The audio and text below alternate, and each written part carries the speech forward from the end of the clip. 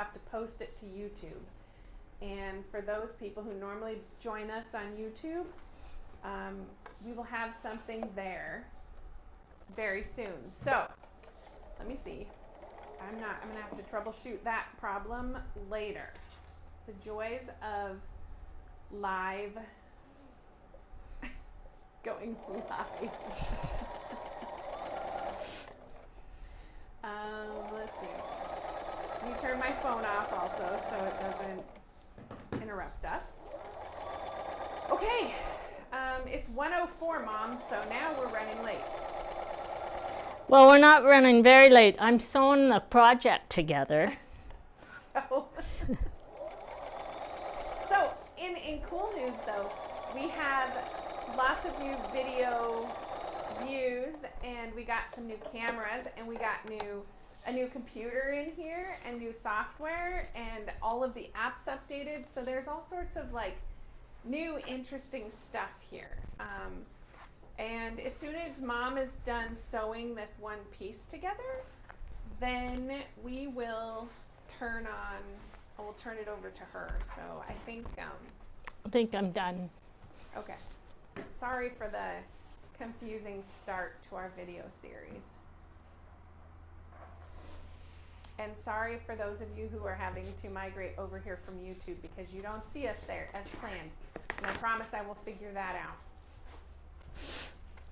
Okay, you ready? Yeah, I am ready. Okay, you're on then. Hi, everybody. Hey, today we're going to do the video on, let's see what the name of this pattern is. It's called the Moonflower is the actual name that we gave our mixer. And then, but it's the second part to Berry Bramble. And actually, Judelle, why don't you show them the picture on the wall? And then I can, the layout on that wall. You can also show we can always see, can they see it already? Yeah, I switched over. So okay. You can also show them the quilt while you're over there. Yeah. So anyway, this, the pieces in here, you have two colorways.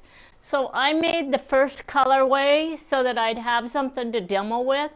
And then I'm going to go through the cutting instructions for the second colorway. So I'm only going to be cutting out 4 pieces. My hopes today is I'm going to go through paper piecing on one of these blocks. We're going to go through putting on the veins. And then we're going to go through some curved piecing demonstrations and assembling this section. And then I'm going to go through and assemble this part of it, even though in our instructions it doesn't tell you to do that. The reason I want to assemble this is because I want to go over how to get these pieces right in here to match up. So I'm just going to do a big seam, because at some point, once you get all your squares done, you're going to have to match those points, and I want to go over that with you guys today, right? So anyway, the next thing we're going to do before we get started on this, we're going to talk about what's in your box, all right? So you guys got your boxes, and inside your box, you got some thread from Quiltworx and Orfil. It's Orfil thread. And we have these little gift packages made up. And instead of having a whole bunch of different colors in it, we decided that we were going to give you colors for white, beige, light beige, and medium beige, and then black. So it's stuff that we use on a constant basis. So you guys should be able to use everything in your little thread box. And also, those are $35 retail. So yeah. That's a pretty good deal. Yep, they're nice. And then you have your coupons again in your boxes. And then I actually brought this little quilt. So on the front of this little booklet here with all these other coupons in there with all of the advertising. It's the back.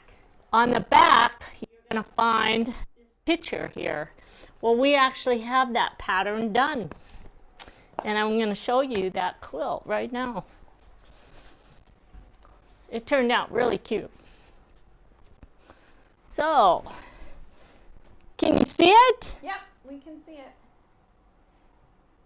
So if you guys are looking for a simple rainbow quilt, just because if you've never made one, this is set up just perfect for that option. And we also, I believe we sell kits for it, don't we?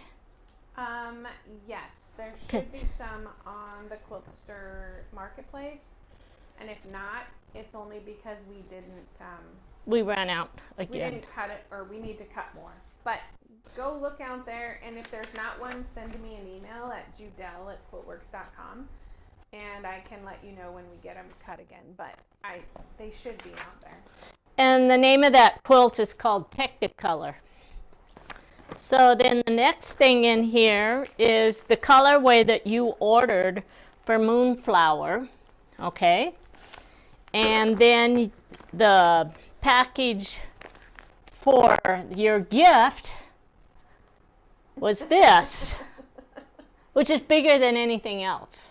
So I'm going to let Judelle talk just a little bit about this project. So we showed that to you at the last video, kind of as a precursor, but it's called Cherry Nectar. It's our last border panel. The panel itself was donated to the box program from Island Boutique, and all of the rest of the fabrics came from the coordinating collection. I think it was called Flight of Fancy. Those panels are out of stock now, or you can't buy them from Island Boutique, but you can get them all over from different manufacturers in the industry. But also you just have a pattern that's all put together. You guys are all going to have different background fabrics because we couldn't get enough of any one color of background fabric to do it, so we used about 4 different versions of background fabrics. But and then it came in 2 colorways, one with a pink border and one with a blue border. So some of you might actually get different versions, or if you're signed up for both the large and the small box, you'll get 2. But anyway, a very nice little pattern and very popular. And the other thing we should tell you is the border instructions, the pattern for the border is actually very variable sizes. So you can go from a 22 by 44 inch panel to a 30 by 44 inch panel, or a 36 by 44 inch panel. So there's 3 sizes available to make in there, but you can only make one border. Basically, you have extra block groups that allow you to make it bigger as you go bigger. So the one that's in there is the 36-inch size, but if you want to apply that panel border to a different project, you can buy the pattern from us. It should be listed, in probably 3 weeks, 3 weeks maybe, we'll have it all listed online. We actually have to do a new colorway for the cover sheet. So, but anyway, I hope you guys love these panel borders and projects. I think they were fun to put together and to put into the boxes this year. And I think we're ready to get started with class then. Okay, so the next thing I want to go through with you guys is I actually built myself a book. I really think you guys should set yourself up a book as you go through these monthly or these quarterly projects.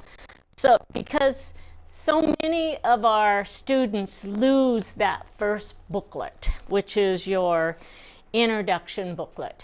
And if you start a book, you can take that introduction booklet that you got in box 1, get this set up in here, figure out which colorway you're working with, and basically set it up there with all of your color samples and stuff from that first booklet, because they did some that were Hoffman Boutiques, they did some Anna Island Boutiques, and they did the Apple Basket, Tonga Boutiques. It looks like they had a color stock group. And so all of that information is in that very first booklet. The other thing that you're going to have in that first booklet that's really important, and I can't keep telling people, don't lose these, because this is all your assembly instructions. When you get all your block groups done, you go back to this booklet, and it has this newsprint in here, and this tells you how to assemble it.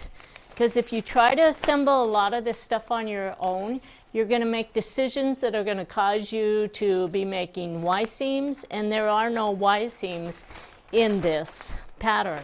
And so it basically, no matter what size you're making, it's going to take you and tell you how to join it, how to press things on this piece of paper. So do not lose this, and make sure you keep track of that #1 booklet.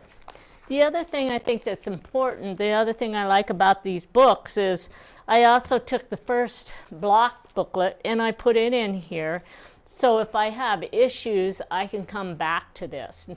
Not only that, if I love it, I can make another one because I have all the instructions, and I can actually just order in the extra foundation papers to make more. All right. Moonflower is the one we're working on today. And this booklet is actually 8 pages long, all right? And so let's just kind of start at the beginning of it, and I'm going to just explain it. So there's 2 colorways, and everybody's pattern has the 2 colorways, and which means you're going to have a fabric B1 and a B1A and a B1B. And then you're going to have a fabric B2A and a B2B. And you're going to have a fabric B3A and B3B. And it's just going to keep going that until you get to the very end. You only have 1 fabric for B7, okay? And that's going to be your background color, all right? So you're going to cut down all your foundation papers just like it tells you to. You're going to take the papers and you're going to have basically 3 bags. 1 bag, the first bag is going to have your BR units in it. Your second bag is going to have the BL units in it. And in both of those bags, when you get the bag, everything cut, you're going to have pieces from both colorways in there. So you're going to have it basically BR is one side of your block and BL is the other. So every block is built with a left and a right piece there. And so you have to have 2 colorways. Do not make the mistake of doing all the left blocks out of pink and all the right blocks out of purple or whatever other color you have, because then every one of your groups will be pink and purple instead of 4 pink and 4 purple. So be a little careful with that when you're setting that up. And cutting things out, because it's really easy to just say, oh, well, these are purple, this goes in this one and this goes in here, but it doesn't. They actually you have to do 2 of each, all right? So let's look at the template layout sheets. So we have our newsprint, which is 606, and then the first template layout sheet, and it says TP411. That particular page, actually, when you cut those out, I think there's a big dashed line around those, and I can't remember. I'll look at that when we get there, but I think there's some dashed lines around there, and the way that sheet is set up, you just put half of it on one of your strips and the other half, and I have that set up for you to show you. The other thing that you have is you have on TP413, you have your veins. So when you do your veins, we're going to go through that. We'll basically have to put the veins on all of your fabrics, okay? We need to pay very close attention to what side of the fabric we're putting things on in these instructions, because some of the template pieces go on the right side of the fabric, and some of the template pieces go on the left side, or the wrong side of the fabric. So we're going to go through that. And then I'm going to do some cutting, because when we get over to the cutting instructions, there's some big pieces that we have to cut. And I just kind of want to break it down to show you my thought process when I actually work with those big pieces. Okay? I have my fabric chart all set up here, so if I have to come back, I can actually go back and read what the fabric numbers are as we work through it. So we have a box here, and it's not a box, it's actually a bag. And I have my fabrics, and I've already cut all the strips. When you got your package and you open it up, it has all your fabric in there, and on those little labels it tells you how many strips to cut. So my first fabric, B2A and B2B, those require 3-inch strips. Fabrics, all of them, it looks like, require 3-inch strips. Those are 3-inch strips, 3-inch strips, 3-inch strips. And fabric B6A and B, those are actually 9-inch strips, okay? So when you get to that one, just kind of pay attention so that you don't cut a 3-inch strip just thinking, oh, they're all 3-inch strips, because that's what I did, all right? And I had to go find more fabric, okay? So you need that 9-inch strip. The very first one is your background, so we're going to put that on top, right? I've already sorted all my bags, so I cut out the papers, so I have a bag here full of templates, and then I have a B2 bag, and I have a B1 bag, okay? And so when I'm done cutting, I'm going to have fabric in both of these bags here. And then I think that's it. Everything else we'll do when we get to it. All right. So I'm going to set the 2 bags over here, and then we're going to move on to page 2. And on page 2, halfway down the first column, we're going to start with fabric B1A and B1B. I already cut B1A out and sewed them together, so all I have to do is do the B part. And what it wants me to do, it said to cut 1 24-inch strip from each color group. And so I have 1 24-inch strip here. And this is a large piece. And if you look at the way the templates are actually laid on top of that, it's really, basically what I'm going to do is split this in half. But first of all, let's go through and sort all the templates in this bag. So we've got my stack here of all my layout sheets. This one here says that it's template layout sheet number 2 and template layout sheet number 3. So these go with this colorway. Okay. And then we're going to go to fabric B2A and B2B, which is right here. And it tells me that I want template layout sheet number 3 and number 4. And remember, I've told you guys in some of the other classes, it's really easy to look at the unit name and not the template layout sheet name. So I like to just go through all my templates and highlight the layout sheet, because then I'm not looking at the template number or the unit number. It's just easy to look at the wrong thing. So let's get these all highlighted. This is 6.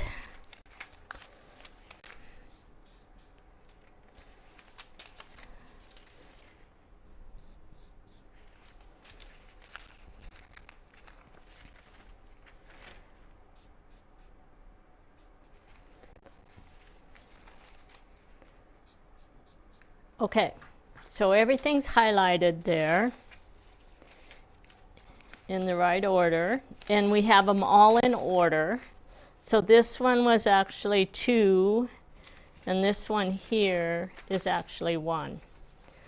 So I want to explain one more thing to you. So sometimes when you read your templates, you're going to notice that you have, it says, like this one says template layout sheet number 2, and that's all it says. Okay, once this template is cut apart, that layout sheet number means nothing because it's all been cut into actual section pieces, and for each to match up with your foundation paper. When you look at this template layout sheet, it says template -2 layout sheet number 3. So the reason why we do that is because somewhere we have to be able to tell you what those template numbers are. And so on a big layout sheet, when there's multiple templates on there, we only give it a layout sheet number. If there's only one template on there and there's 2 of the same template, then we will usually tell you what the template name is on that. So if you're wondering why sometimes it has a template name written in there, that's the reason why. I don't know that it's necessary to do that, but that's just the way we've always done it, so we'll probably continue with that process. But it makes it easier to read it if you understand that really what I'm looking for is just that layout sheet number, okay? And then, so fabric B2B, which is this one, requires template layout sheet number 3 and number 4. So we're going to put a paper clip on that. And then we're going to go to fabric B3B, and it requires template layout sheet number 5 and number 6. And don't assume that just because we're going down the list that everything's just going to match up. You really need to double check and make sure you're putting the right templates, because on occasion they do not go in numerical order. This one is fabric B4A and B, which this is my B, and that says layout sheet number 7 and number 8.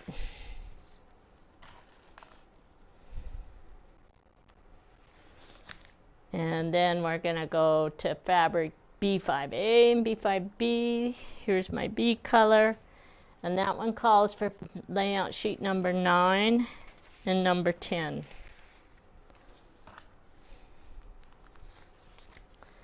And then we're going to go to fabric B6A and B6B. This is my B fabric. And it's telling me I need template layout sheet number 11. So template layout sheet number 11 has multiple templates on it. So we're going to just put this right with that.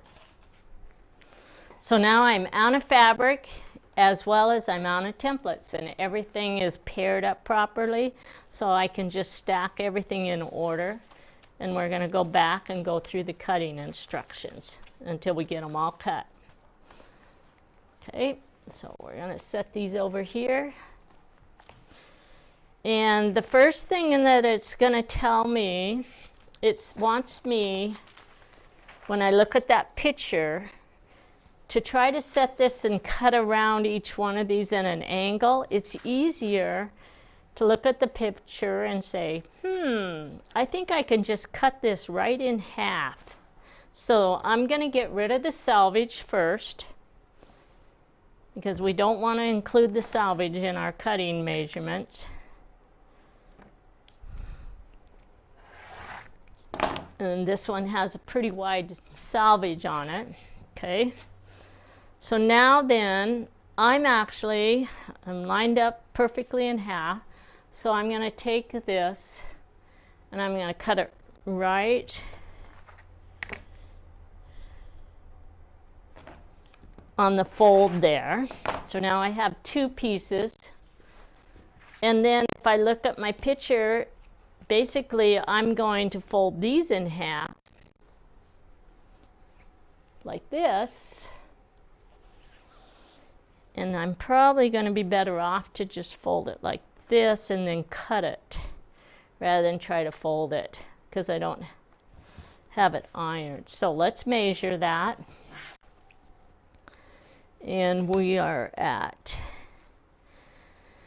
21.5 inches. So I'm actually going to do 11.25 inches on this.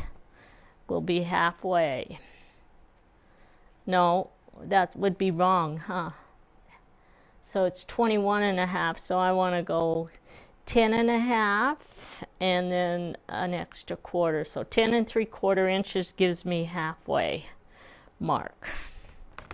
I'm just going to put this right here. and pretend like it's all lined up. And I'm just going to fold it just to make sure. Look at that. I did it. All right. So now I have 4 pieces here. And then what it wants me to do, so now what I'm going to do is actually stack this into 2 piles. I'm going to have this one's going to be right side up and right side up. So we have 2 pieces in each pile. And I'm just looking at my picture and deciphering what that picture is telling me, because I don't want to try to cut around each one individually. So now, when I look at the picture again, so basically my BR units, so this is my BL unit is going to go with this group, and my BR unit's going to go with this group. So now I really simplified my cutting here. So I'm going to take this piece and put it right down here like this.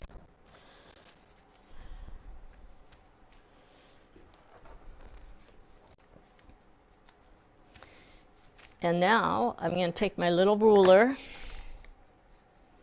once I get this on here, and I'm going to use my repositionable glue, because that'll help hold that in place for me.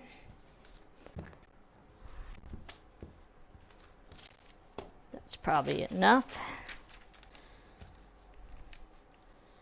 And there's plenty of room on this, so I don't have to be perfectly right on the edges. So now I'm going to take this, I'm just going to cut up just a little ways here, and then I'm going to fold this back like that. And then we're going to take this, and I'm cutting it just like 1/8 of an inch bigger than the actual template. All right. Now I'm going to pick this piece up.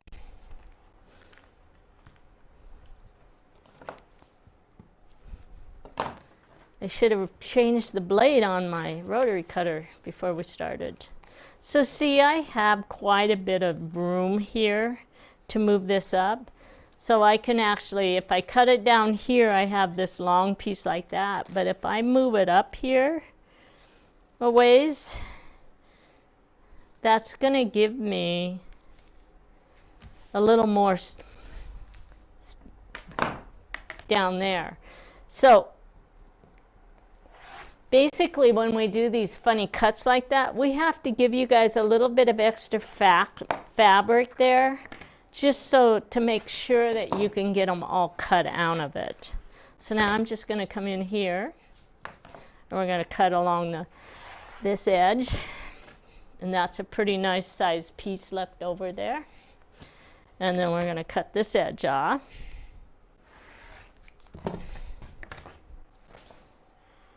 And there we go. Let's take our paper clips, and we're going to put a paper clip on each piece here.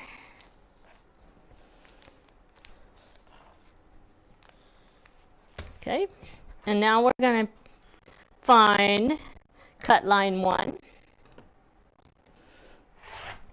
and then we're going to find cut line 2.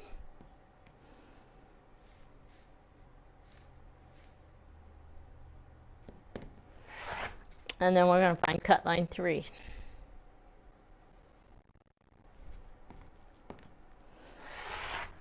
Okay. And then I'm just going to take all my pieces. I might have to find a new rotary cutter.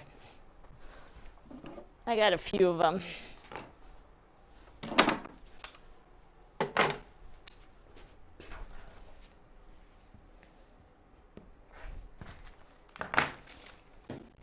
And I'm just going to stack them on top of each other. And I'm going to match up my sew sides. And then on the top one, I'm just going to grab this paper clip and go like that.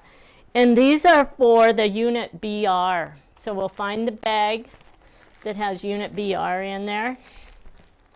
And we're going to put them in that bag. Okay. Then we're going to do the same thing with this one.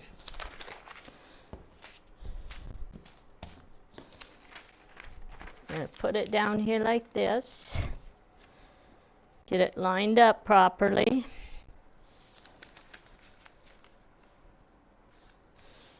There we go. And then we're going to grab my little ruler.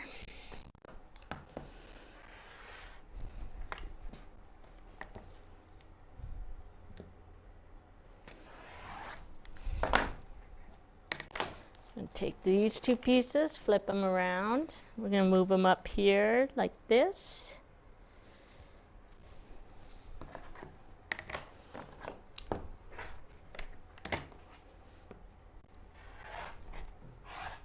And we don't have to trim this perfectly around that layout sheet, just so that it's close. And we'll save that piece. And then we'll get rid of all of this stuff right here.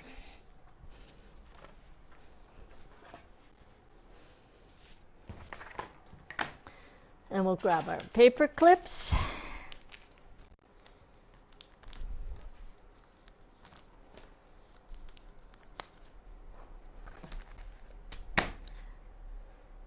And then we're going to go to cut line 1.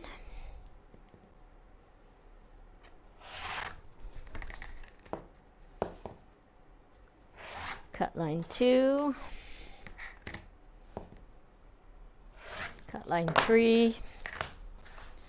And then we're going to go 7. And section 5, section 3, and section 1. We'll just move that. And this one, this one says it goes in unit BL.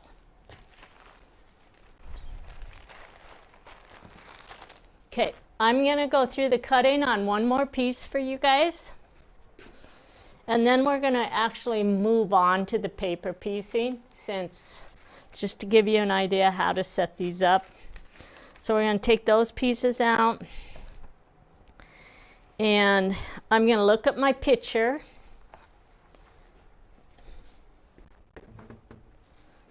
On this one.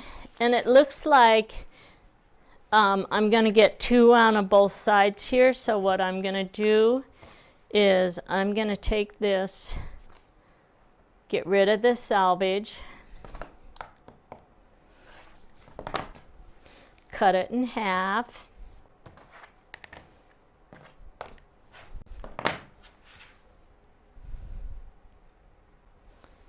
Right here. And then I'm supposed to get 2 of those, which I do get 2 of those. So I'm actually going to cut this one in half. I'll just put this on here like that. And I believe both of these are the same size. So I can just take this, put my ruler across here.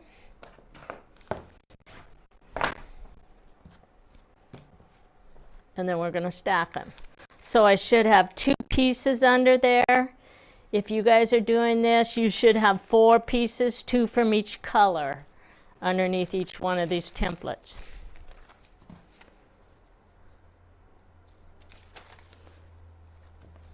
All right, so we're going to put a paper clip, and we're going to put a paper clip on this one. Actually, I'm going to cut this one apart. I do want to show you a little trick. So this one, I'm just going to take my ruler and we're going to cut it apart, and then we can just stack these like this. When you have 2 templates here, if you're doing the 2 colors, then you can put 1 template with each color group. You can paper piece and chain piece both color groups at the same time. That's the way your instructions are set up. But a lot of people like to separate their color groups. And so it allows you to still have those template pieces for each one of your color groups. All right.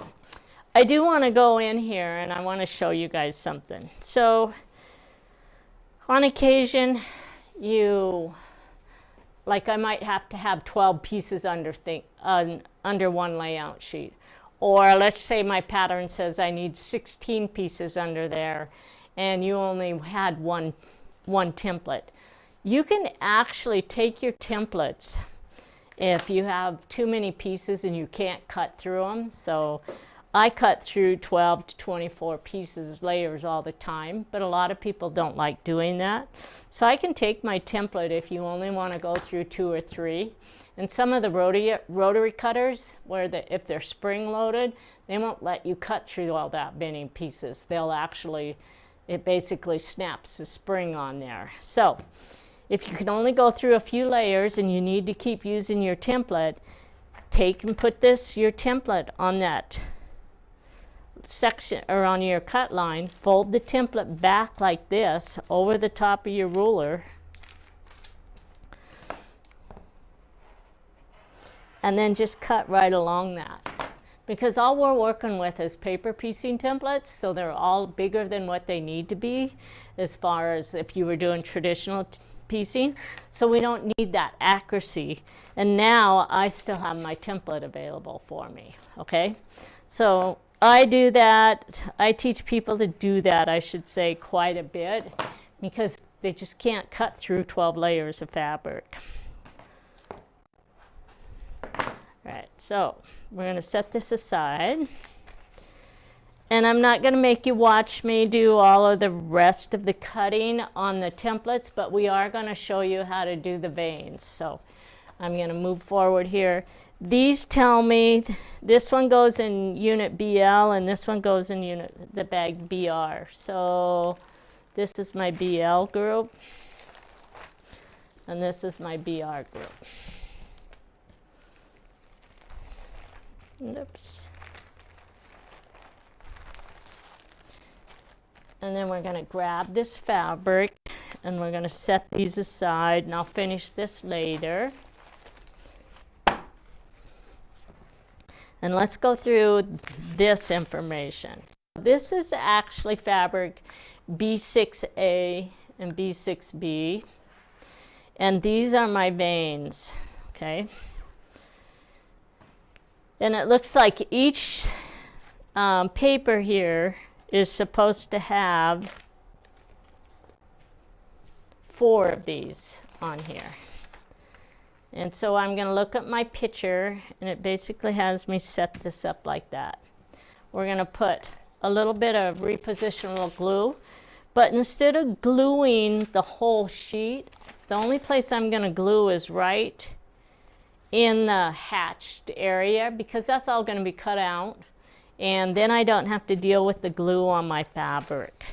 Now, the other thing I want to bring to your attention is our brain says, oh, well, let's just put it on here because we always put our templates on the right side of the fabric. Well, remember that sometimes we have to read directions, and this one actually says to glue it to the wrong side of the fabric, okay?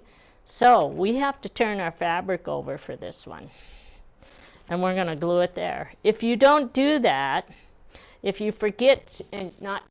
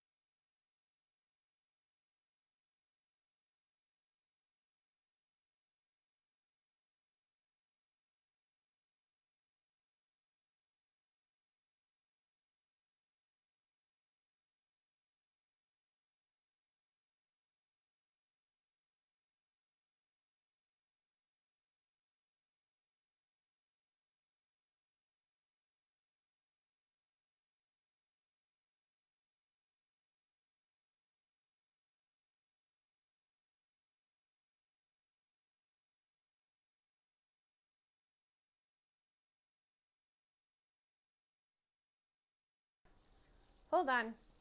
We're going to fix it. Let me see if we got to check her mic. She might have bumped it and turned it off. Is it off? Yep. Oh. I wonder how I bumped it. All right. It's back on now. I'm back. Sorry about that. So, I was saying that some of our older patterns have you put these templates on the back side, and then we started changing those directions to where we put them on the front side, because we were having people put them on the front side, because most of our paper piecing templates do go on the front side. But you got to kind of pay attention when you're working with veins, because it could be either way. Okay, so now what I'm going to do is just do a rough cut around these.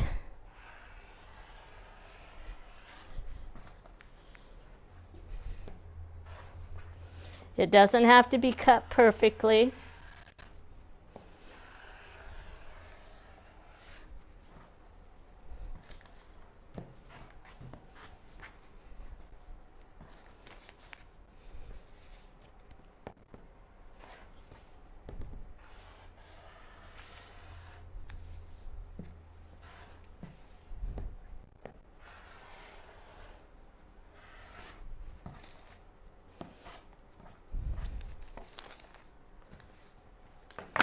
Move this one just a tad.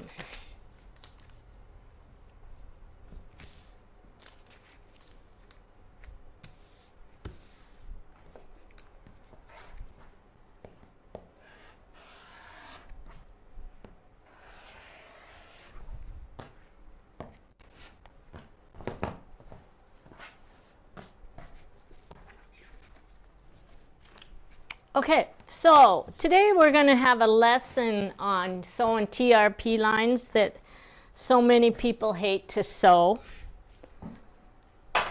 And we're going to show you how I do it when I go through the chain piecing on it. So sometimes you have to pin these on when you're sewing. So just put a, if it has a tendency to want to move on you, then just go ahead and put a couple pins in it. This one will be good enough if I just pin the center.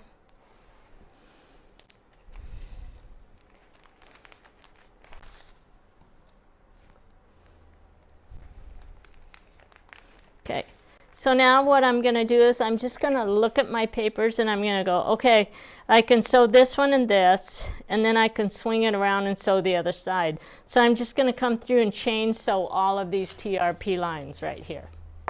So we're going to start right here, and it really doesn't matter. I usually go at about a 2.2 on this machine, but it's going to change a little bit for all of the different machines. So if I can get it started here, standing up isn't always the easiest way to sew. Okay. If I put my needle in a up position, then I can just lift it and move it over. And then we can pick up the next one. And all we have to do is just jump to the next piece. So it's really no different than the chain piecing.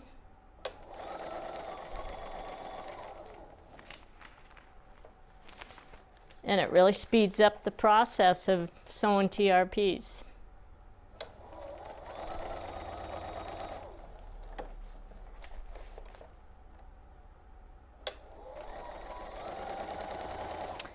If you guys have a TRP line and it has 2 dots on it, it means that that TRP line is going to line up to an inside piece and to an outside piece. So what it's telling you is to sew all the way through, so that when you're done, the TRP is long enough that it's going to hit both edges of your template piece.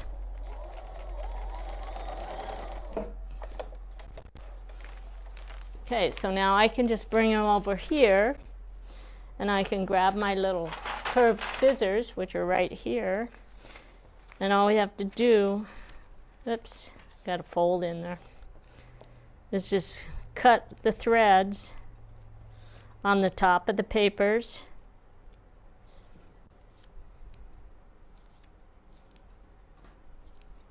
And then we flip it over and we cut the threads on the back.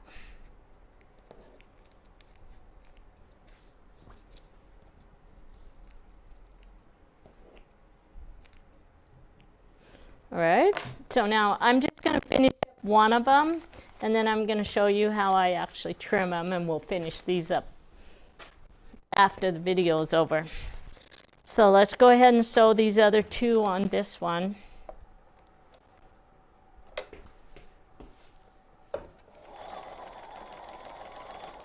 And I can pull the pin out now.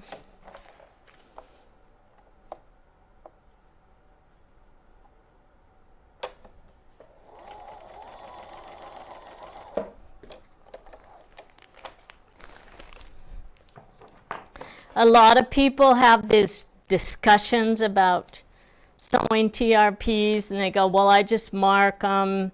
You know, there's all kinds of reasons why you don't sew them. But in the big picture, it's actually faster just to sew them when you're using them to match things up with your seams. You see them on both sides.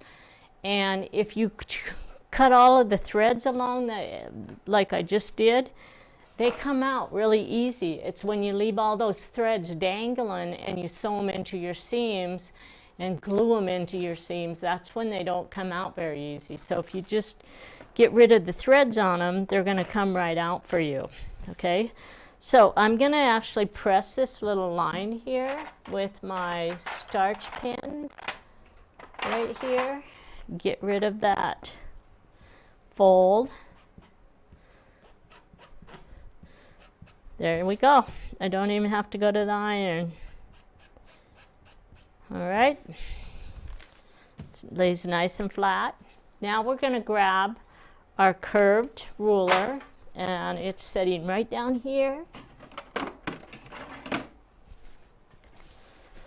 I cleaned all my tools out yesterday, so I'm somewhat organized.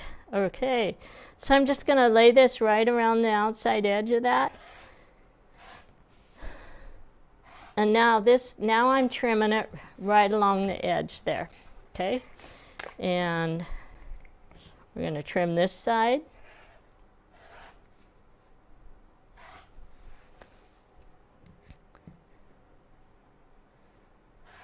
Now, in some situations, if there's not a lot of excess there, I can actually leave like this. I really didn't have to trim these pieces off, but I wanted to show you how to use the ruler. And this is called our curved diamond ruler. Okay, so now we're going to take, but it wouldn't have mattered because this gets trimmed after we sew it onto our units. Okay, so we're going to come in here and we're going to find cut line 1. So what happens here is cut line 1 comes in here and runs into number 2, cut line number 2. So we're just going to lay the ruler down on here, and we're going to cut right along that inside. Now this line has to be cut because that's your sew side, and that is designed to match the radius of the unit that you're sewing it onto. So you want to make sure you cut that one right on the line. The other thing that happens is if you don't cut this one right on the line, what's going to happen is it's going to throw your TRP lines off for you. Okay. So I only cut it part way there. Now I can take this and I can cut this one all the way through. And then I can come back and finish cutting that. And now I have my 2 pieces there. Okay? And this one, we'll go ahead and we'll get the rest of them done later, and we'll sort and put them in the bags later on. Okay, so we're going to, I have a paper pieced unit here, and we're going to start the paper piecing. Okay, so this is my very last section. This is my sew side. So for the demonstration, you guys have templates that are going to be attached to these papers. I just wrote down the information so that we didn't have to paper piece 4 units, okay? So that one is actually, this is my sew side, and that's for section 8. This is the sew side for section 7. That's the sew side for section 6. This one is the sew side for section 5. This one is the sew side for section 4, 3, 2, and 1 really doesn't have a sew side, okay? Now, I like to stack everything. And the reason I stack it is because then I can't pick up the wrong piece at the wrong time. So I'm gonna take these, and let's say happens a lot. So somebody will come in here and they'll stack all of these like this. And then in the process of sewing, they'll leave their units, they come back, and they forget where they're at, and they pick up and start from the other side, and now all of a sudden all of their templates are either too big or they're not fitting properly. So by stacking, you avoid that confusion. Even if I'm doing 10 or 20, I'd have all 20 of this unit stacked, all 20 of this on top of it, and I keep everything stacked neatly so that I don't have to worry about mixing up my pieces. It also takes a lot less room on your board, so it gives you more cutting space, and you don't have to keep moving things around. So let's start right here, and we're going to find section 1, and I like to read my papers before I start. So we have section 1, 2, 3, 4, 5, 6, 7, 8. Okay.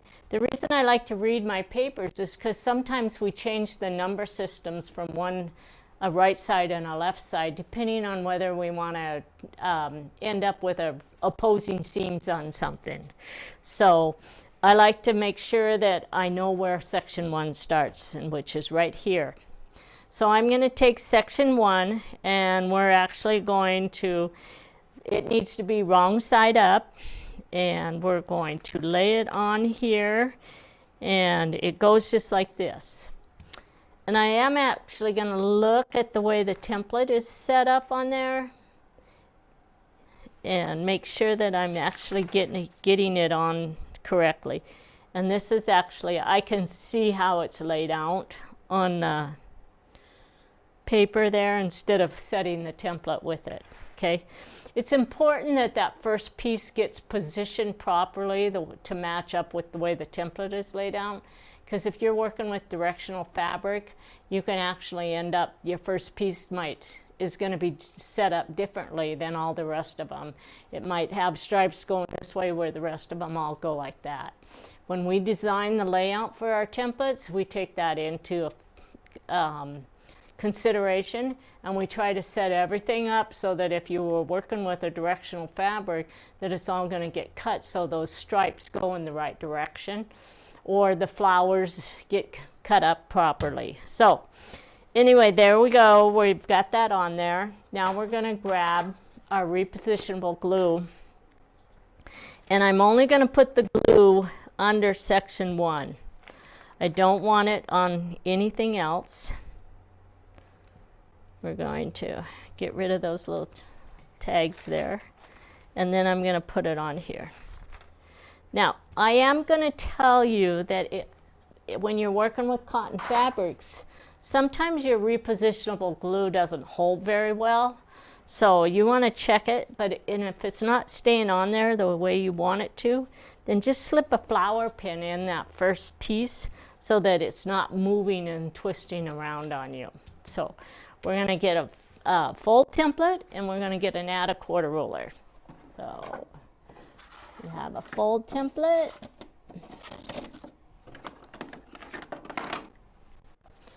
And we're going to use our 12-inch fold template, and we're going to use our 12-inch add a quarter ruler.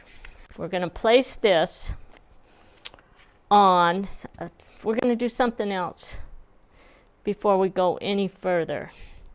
I'm going to take this off. I want to show you something. So sometimes you have pieces where your vein comes in here, and you're trying to put pieces on there, and you're trying to see if it's going to fit. Well, remember, you don't have to come up all the way through the vein.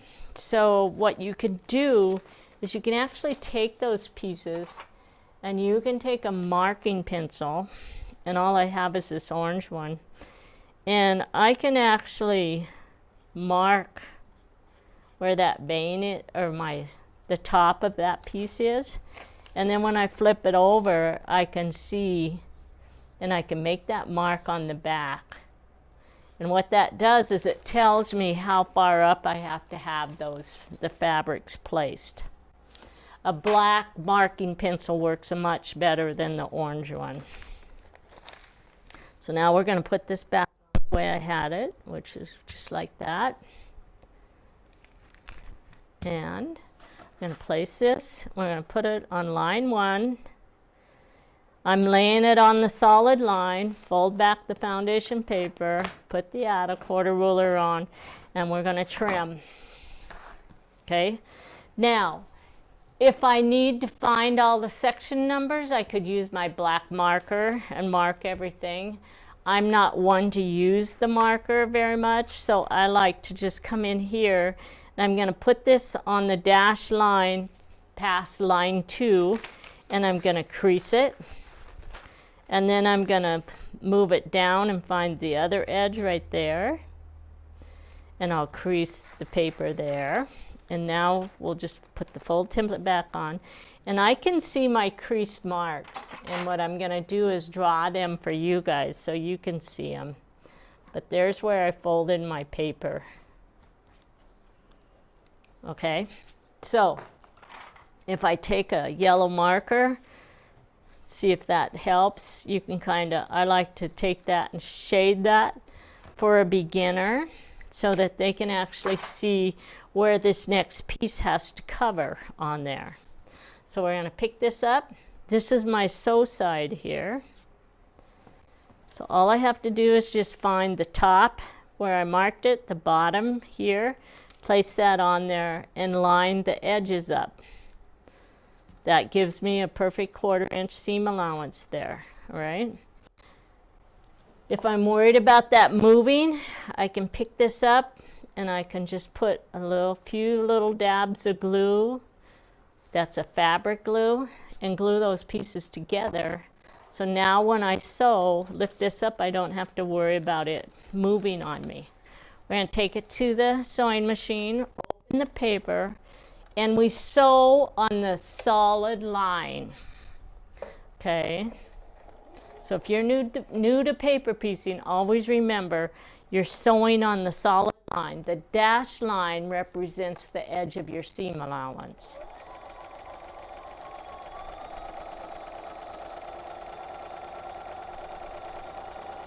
We're going to sew all the way up to the end and past the dashed line by 2 or 3 stitches. And I think I'm going to downsize my stitch a little bit more. I want to go down to 2 on this machine. All right, so let's remove the pin. We're going to bring this over. We're going to open it up, and then we're going to finger press that.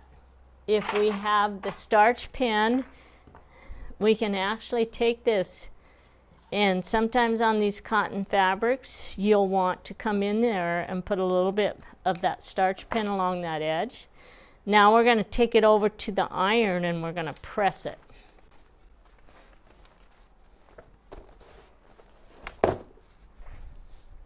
So, are we on the iron? I can't really get to the iron? All right. I can't get the exact iron view. Oh, well, you can get a little bit of it right there. So we're going to press right here, and then I'll actually move it over and show you. Well, if you put it on the other thing, yeah, just move it over to that. There we go. We'll just move it over there because that's a padded iron. It's kind of bright.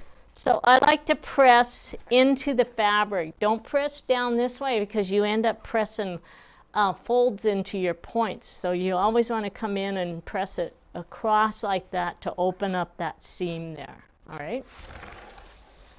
So we have our very first piece on, and it looks like it doesn't cover down here, but if I flip it over, I only needed to be to here. It And didn't so like that. It didn't like that. it does cover. All right. Change of colors very well. Huh? I might have to play with that a little bit more because it didn't like like it got all mixed up on the change of color. See how it's like. Try that other camera. This one? Yeah. All right. We'll switch over to that one. See if that looks better. Does that one show up better? Yeah. It's Okay. a little blurry, but. Yeah. Well, So anyway, we're testing out new cameras, everybody. Yeah. So but now when I know where look to at put it something. this way, see, it looks like it doesn't come down all the way.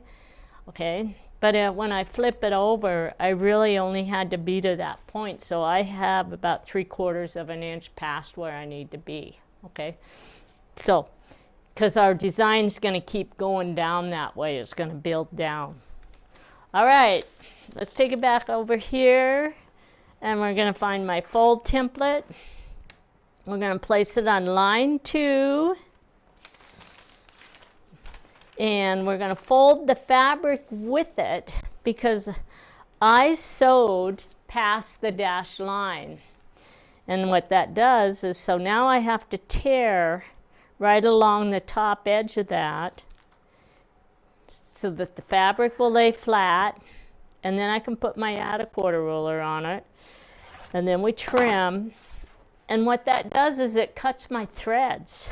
So now I don't have a million threads in my fabrics tied all through the back. If you've tried to do paper piecing and you don't trim off your threads along the paper, all those threads get sewn into every seam as you're moving across. Well, if you sew past that dashed line when you're sewing, so I came all the way up here and my dashed line is here and I sewed up past there about 3 stitches, then it goes back, and when I fold it back and cut it, it'll cut my thread off and I don't have to go in and I don't have a million threads on the back. Okay, so let's find the next section.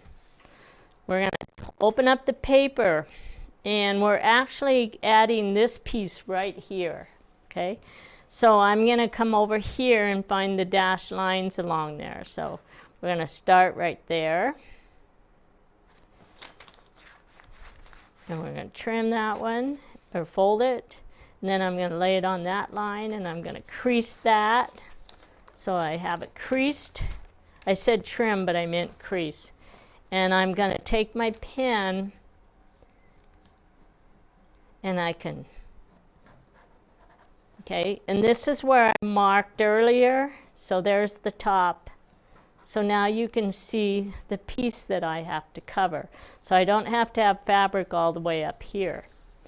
And I need to have fabric just in that section there. So we're going to take that piece. That's my sew side. All I have to do is pick this up.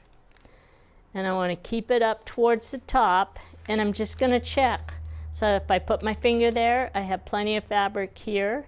I'm looking here, I have plenty of fabric over here, and down here is the point, which I'm on there. So I'm all ready to sew again. We're going to put a touch of glue just to hold that fabric in place. And we're going to go to the sewing machine. We're going to open the paper, place it below the dashed line at the bottom of line 2. So I'm going to start about 3 stitches before. So here's where the line ends right here. And I'm actually going to start sewing right about there. So there's going to be a difference there instead of starting right on the line. Okay. So we'll just get that lined up again.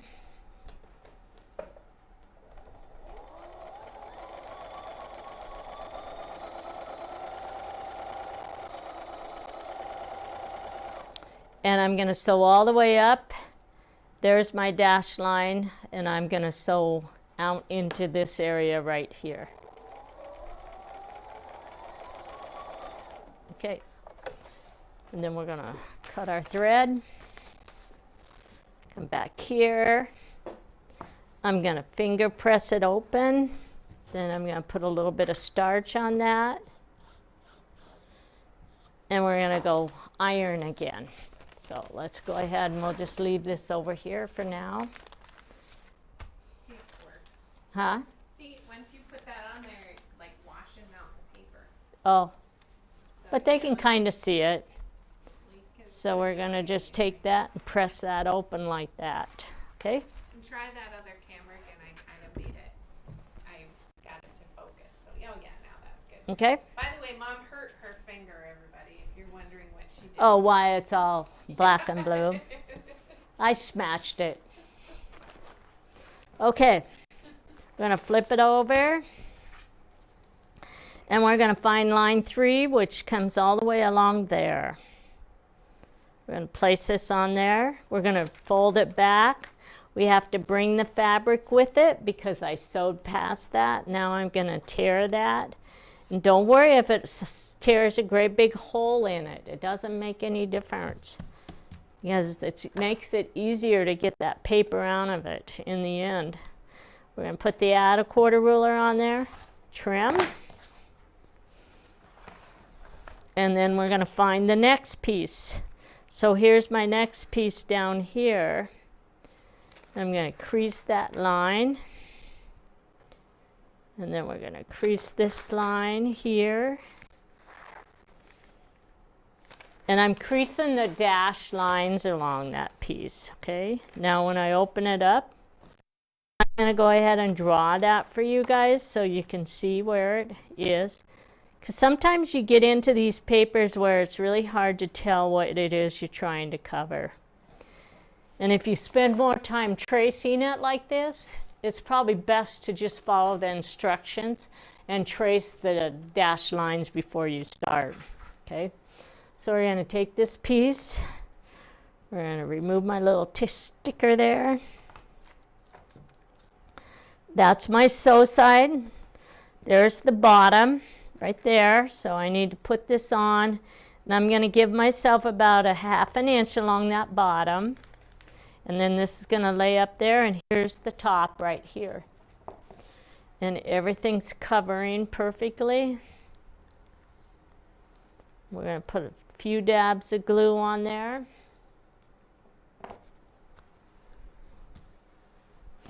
Open it up. And we're going to sew on the dash line.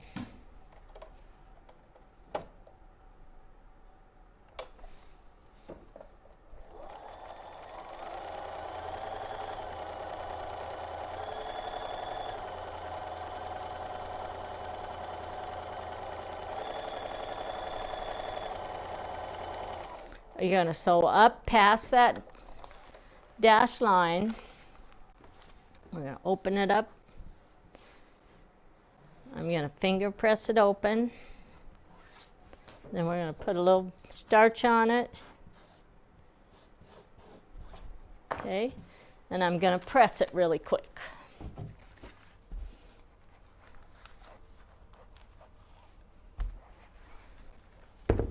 So there again we have it, and remember this is looking like it's not covering, but when I come over here and I find the bottom of it, I gave myself an extra ½ inch there of coverage, so we're still good.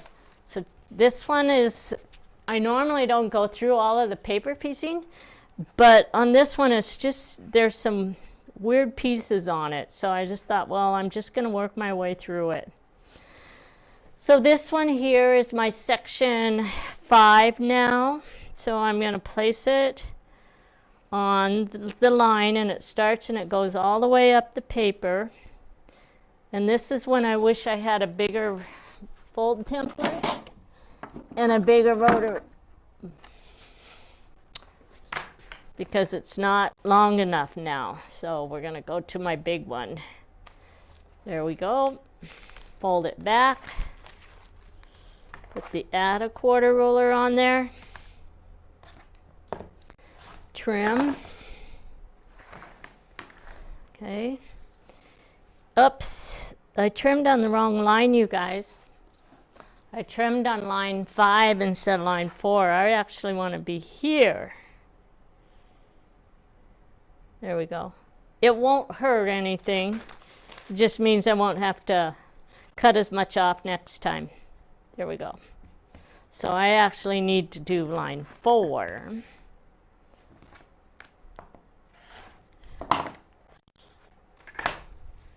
And we're adding this piece right here.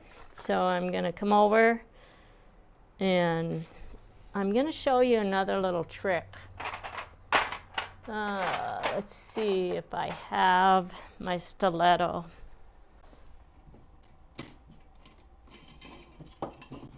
I don't have a stiletto today, but I do have a purple thing. So if I come down here, here's line 4, here's the bottom of line 4 right here. And I can actually poke a hole in there. And now when I fold this back, I know exactly where that's at. And then I can bring this all the way up and I can poke a hole at that point, poke a hole at this point. And basically that tells me that I have to have fabric underneath this section like that, okay? So that actually is another little trick that I do a lot of times when I am working with these funny angles like this. So I can put my finger right down at this point and I'm going to lay this one kind of right up there at the top. And then I'm going to look where I poked the hole and make sure that there's fabric underneath there. And then I'm going to check this point right here as well, and there's fabric there. So we're good to, ready to sew. So let's glue it.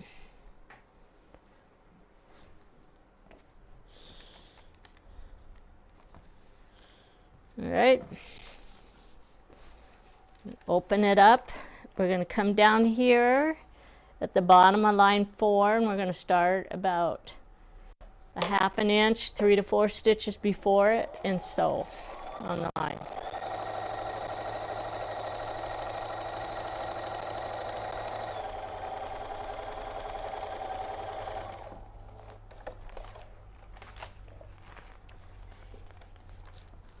And see how funny this looks right here?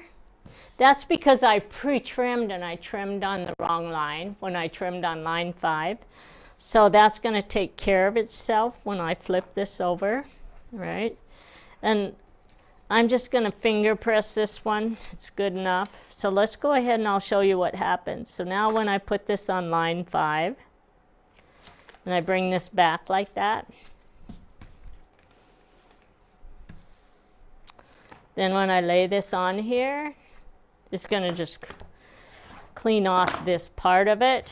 And now it's as if I didn't do anything wrong, okay? So that happens quite a bit when you get into paper piecing, trimming on the wrong line. Now we're going to place this piece on here. And this one goes all the way down to here is where that piece is going to land. So the way I can tell is I'm adding section 6 right here, and section 6 comes right to there. So I just have to be down to that point. And I know that if I give myself a 1/2 inch there, that the rest of it's going to fall in place. So we'll put a little bit of this on here. We're just about done with this.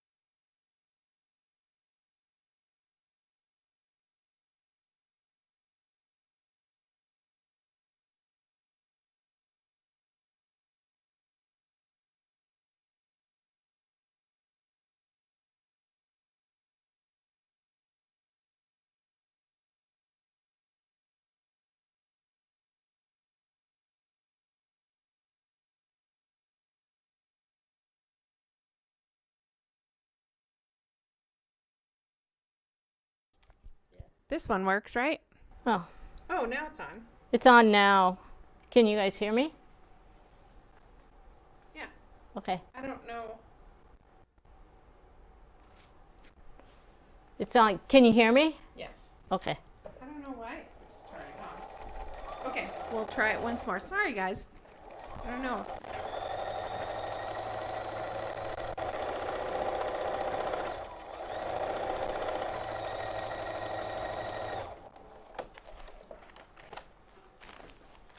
Most of you are probably just gonna forward past it anyway, so. We're gonna skip this part. Yep. All right. Just one more piece and then I'm gonna be able to show you how to do the veins. So that one, open that up. And we're gonna place this on line 7. And bring that with it, tear that back.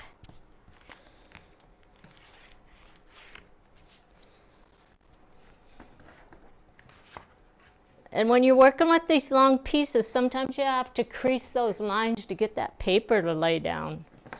So we're going to trim everything off. And we have one more piece to add to it, and then we're going to put the vein on.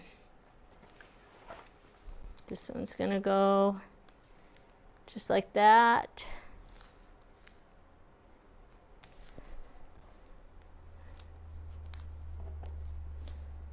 Get that top matched up so it doesn't slip.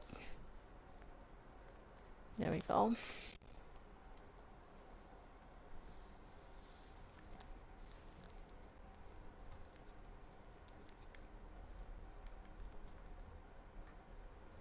And be patient getting that to line up properly for you.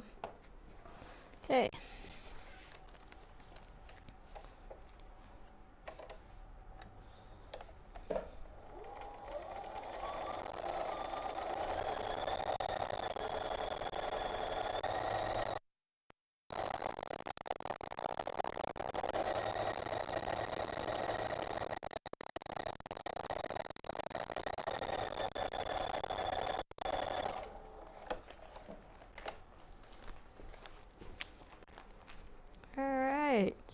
So we have all of our pieces on there. We're going to go do a good press on it, and then we're going to find the vein, and I'm going to show you how to do the vein. Okay?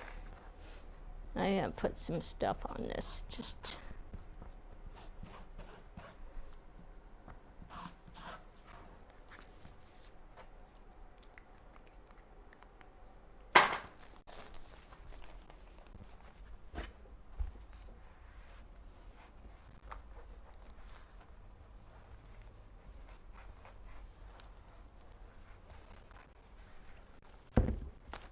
okay, so a couple things to watch out for is right up here.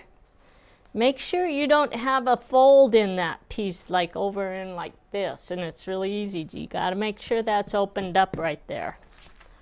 Okay, so let me find the vein. Should be in my bag here. And this one says it's for BL9, which that's what I'm working on, is the unit BL.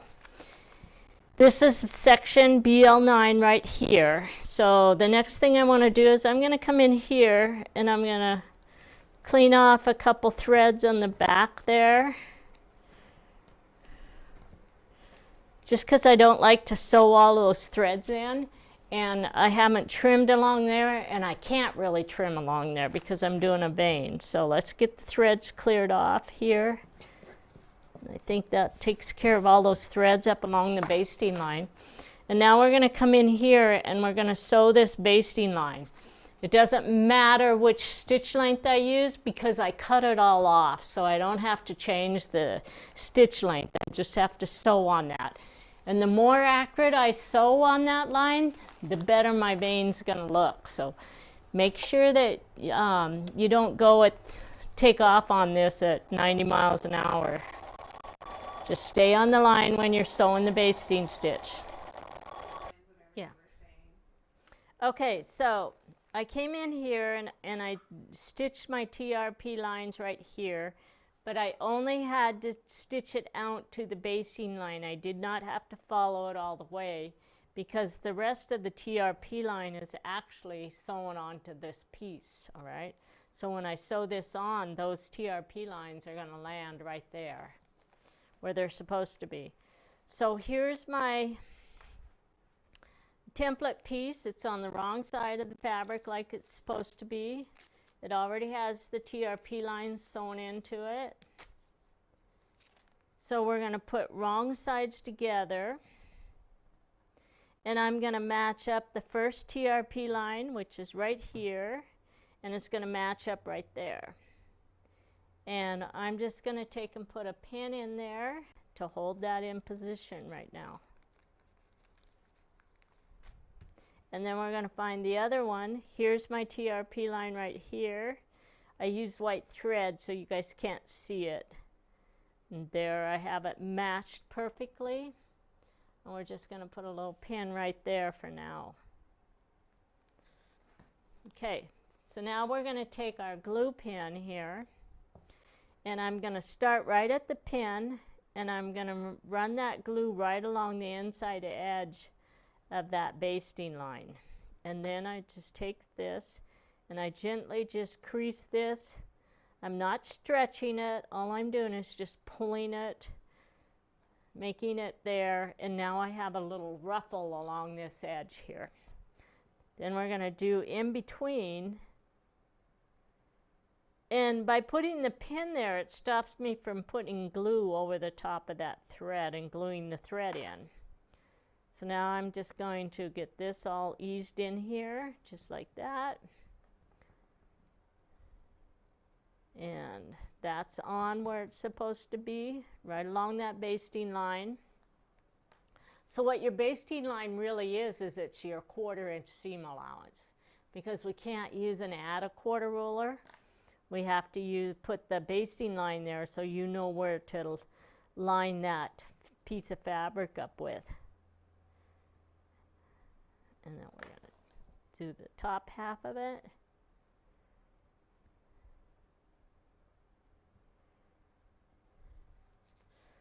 Okay, so I have it glued on there now. Now we're going to flip it over and we're going to sew right on the line, on sew line 9, okay?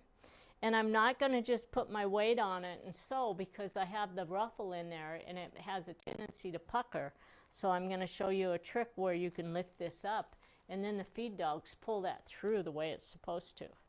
So we're going to get started right here at the end. I'm going to get my needle in the down position and make a few stitches. And I'm going to put my needle so it lands down now. Okay, now I don't have to hold the fabric because the needle's going to hold everything in place for me. I'm going to pull out those 2 pins that I had in there. And I'm just going to hold the paper up. So I'm going to have this little ruffle underneath there. And all I have to do is just hold the paper up and sew on the line.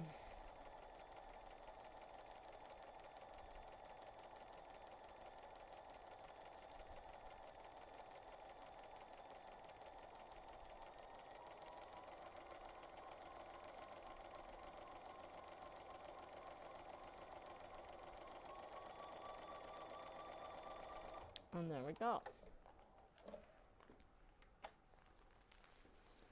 Okay, so now we have the vein in position, and I'm just going to double check and the TRP lines all match up the way they're supposed to.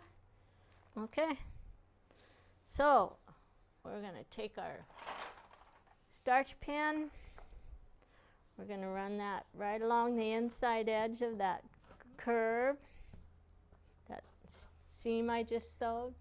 There's no puckers in it. And now we're going to press it.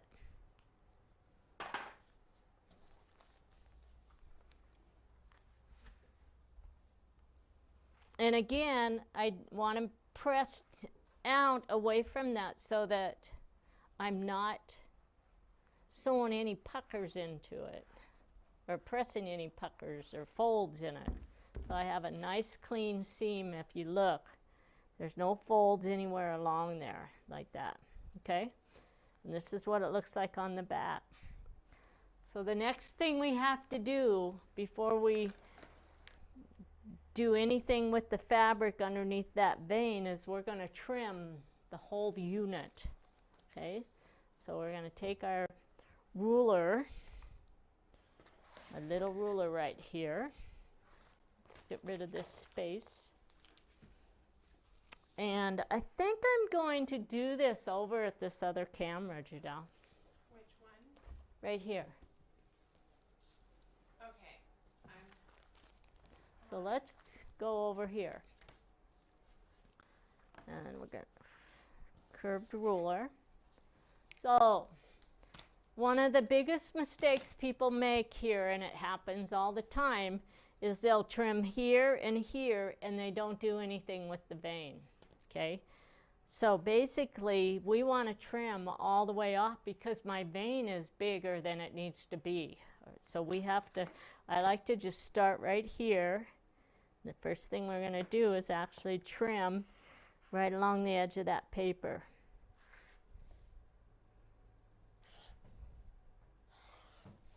Okay. Now we're going to trim the top here. Then we're going to put this on.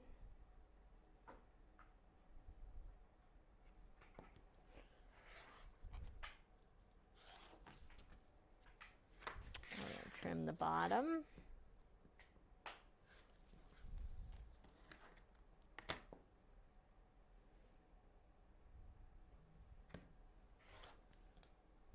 Okay. So now if you look, see it's all trimmed to the exact size that it needs to be. Okay. Now is when we actually will take this and lift it up.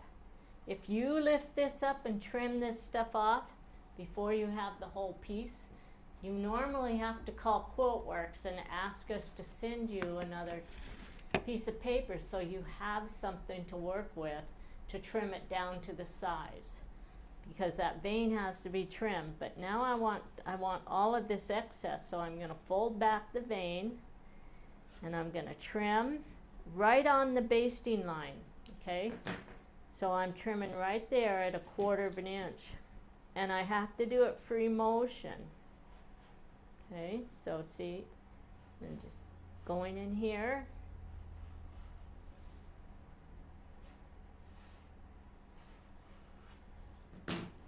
And now I trimmed that piece off under there. So now when I open this up, see what it looks like on the back? So I still have my paper on this section, but I've trimmed all of this garbage off, okay?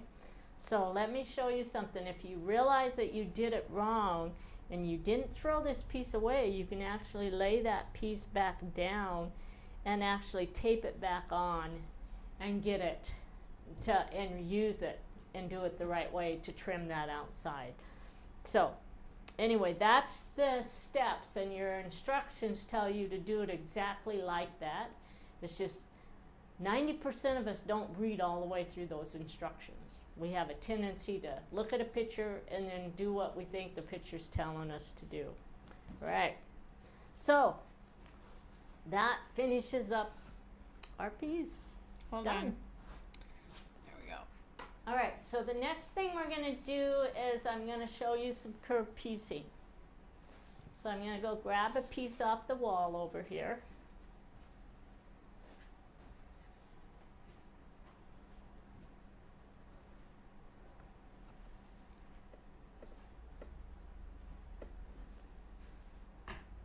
And we have to sew this curve onto this vein right here. Right, and then this piece sits on there like that. So we're going to go 1 to 2, and then these two go on to number 3. So I have my TRP lines, so I know exactly where I have to pin this. So this one and this one line up. So we're going to grab those little pins. And the first thing we're going to do is take that and match the TRP line. And then we're going to take this piece and we're going to match the TRP line. Okay. Now the next thing we do is we match the ends. So we're going to take and put our glue, and we're going to start and glue from here back to here. And let's do this at this other camera. Okay, so what I did here is I put the glue right here and worked it back to where my pin is, and then I match right around that corner, because that's a little bit of a smart corner there, and we make that go together just like that. Okay, now we're going to come up to this piece, and this corner is going to match on there just like that. So what we want to do is we're going to put the glue, and we're going to come down to where the pin is, and we're going to glue all the way along that from the pin up, and we're going to place that corner. When you're sewing, it's your job as a seamstress to make sure those points match. So you're going to glue those points before you start sewing. And now we can just put a little bit of glue in between the two pins, and we're going to ease that in and make that lay flat along there. And this is a traditional sewing seam, so we have to make it match with a 1/4 inch seam allowance there. Right, so we're going to go sew that together. I'm going to grab a little piece of paper out of the garbage here, and this has repositionable glue on it, so I'm going to actually fold it in half so that I don't end up with glue against the machine. And I'm going to start sewing. This has a little bit of it has the 1/4 inch line on it right there, and I'm going to actually just start sewing right on that 1/4 inch line right there. And we're going to take about 4 stitches. The needle's going to fall down, and we want the needle in the down position through the paper. Now I can lay this piece right along there. And what I want to do is line that point right there up with the seam allowance. Okay, so we're going to go just like that. I have that lined up. My edge of the foot is right along the edge of the fabric. There we go. So the reason I use the paper as a starter is because when you're working with those smart corners like that, your machine and the needle have a tendency to pull that down into your feed dogs there, and we don't want it to pull it down. This just stops it, and now I have something there to actually sew on, and it just keeps, it's really a nice way to start on these curves. So I'm doing a 1/4 inch seam allowance. Just keep sewing. I'm just going to pull the fabric up. If you kind of work this fabric, you can keep the fabric flat about 1 inch in front of your foot, just by pulling it back like that.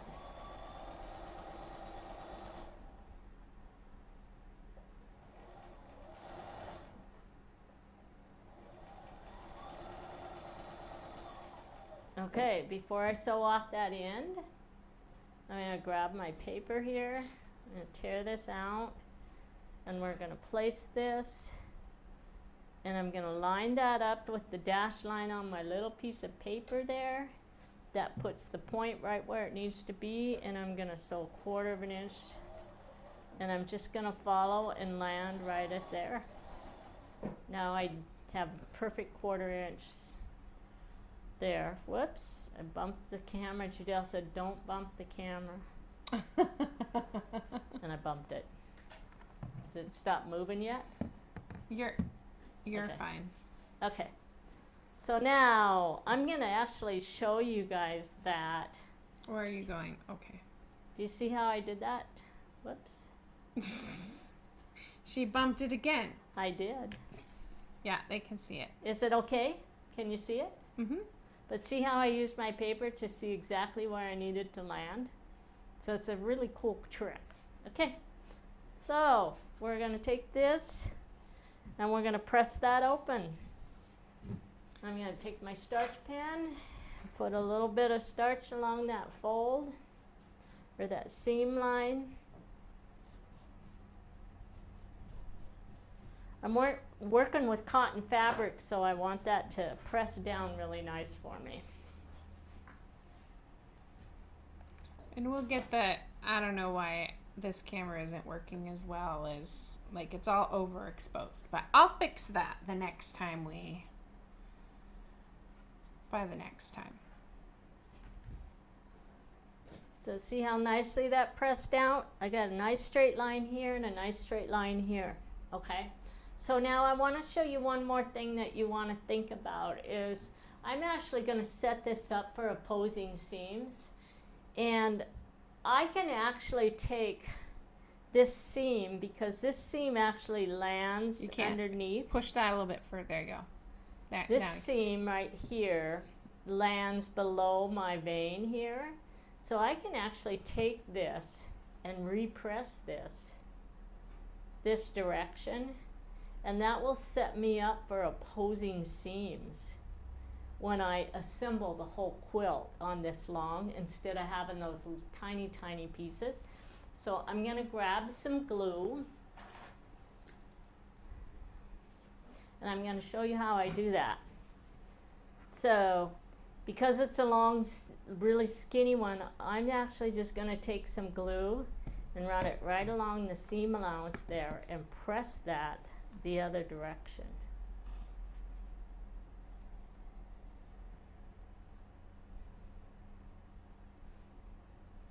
And I'm going to go down just a little bit more.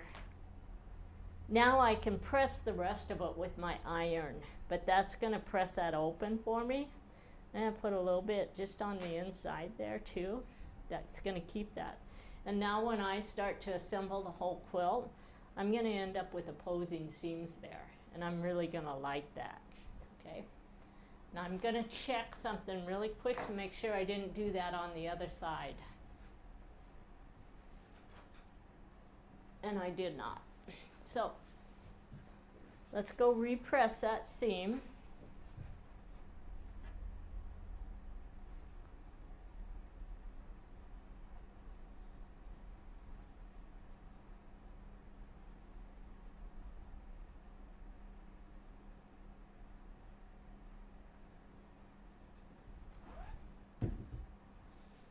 All right, so basically what I did is I just repressed that.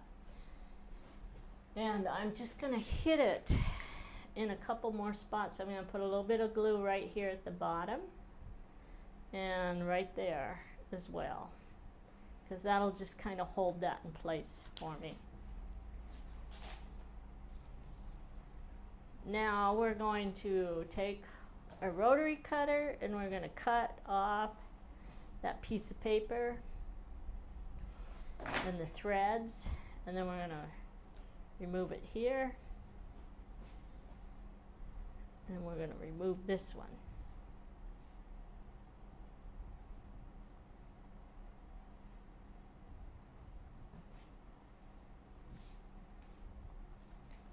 And then the star fits right along like that. Okay, so this is going to flip like this.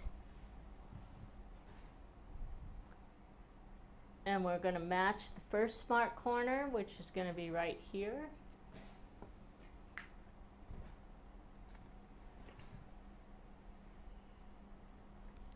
Okay, and then we're going to come up here and we're going to match this smart corner right here. Okay.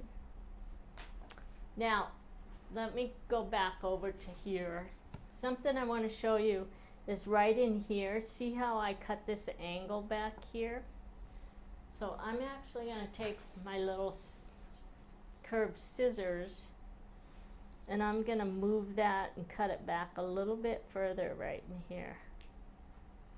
What that does is it removes a lot of the bulk right where that piece where I'm going to start sewing.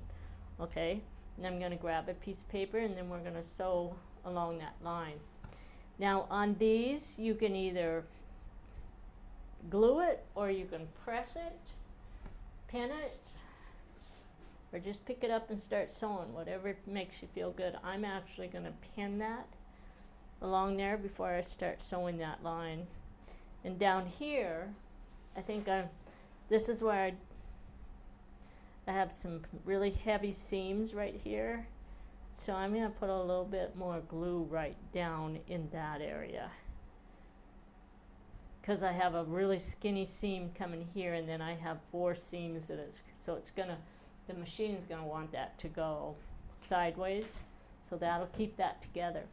Okay, let's get a piece of paper to start sewing on again.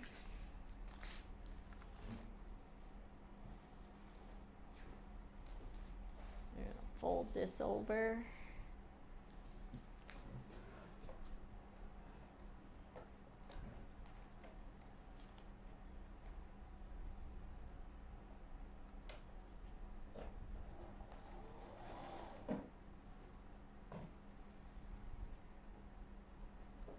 Lay that right up there along the, I'm setting right at 1/4 of an inch because I grabbed a piece of paper that had my 1/4 of an inch seam on it, so it has this and this. So I'm just going to lay that right along there. The needle goes through one line and I'm going to put the fabric against the next line.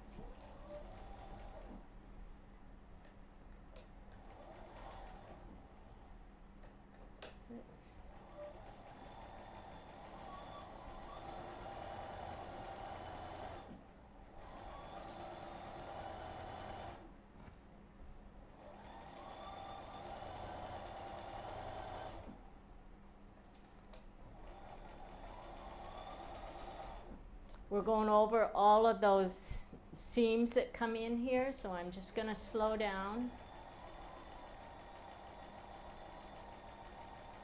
and hold it straight. And then I'm going to grab a piece of paper and lay it right down there along the bottom again.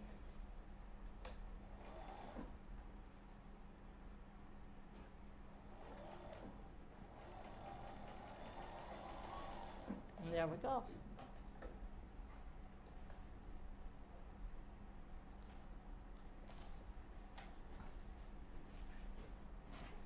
Cut that paper off. Get rid of my threads.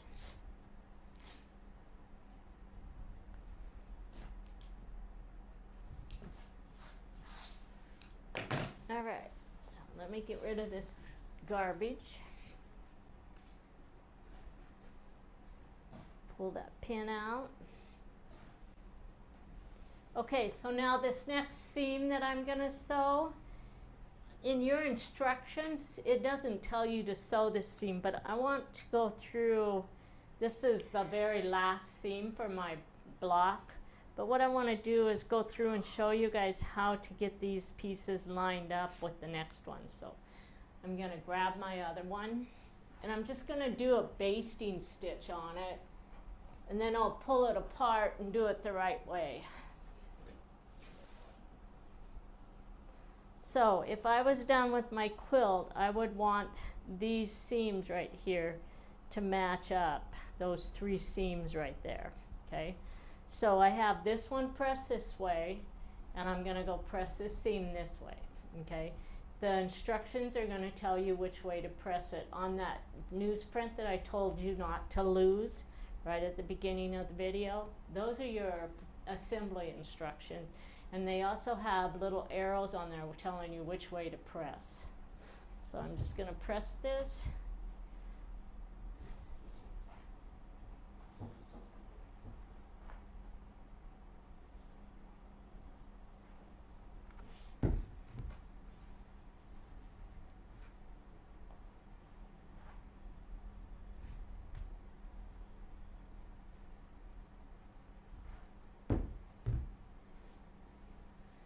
So here again, if I have seams that have a tendency to want to fold back because there's so many of them, I can just come in here and put a little bit of glue underneath those and hold those in place so that they don't flip back on me. And I'm actually going to put just a touch of glue down there so that that opens that one up. All right, so now let's go ahead. And I'm going to put these two together right here with locking seams.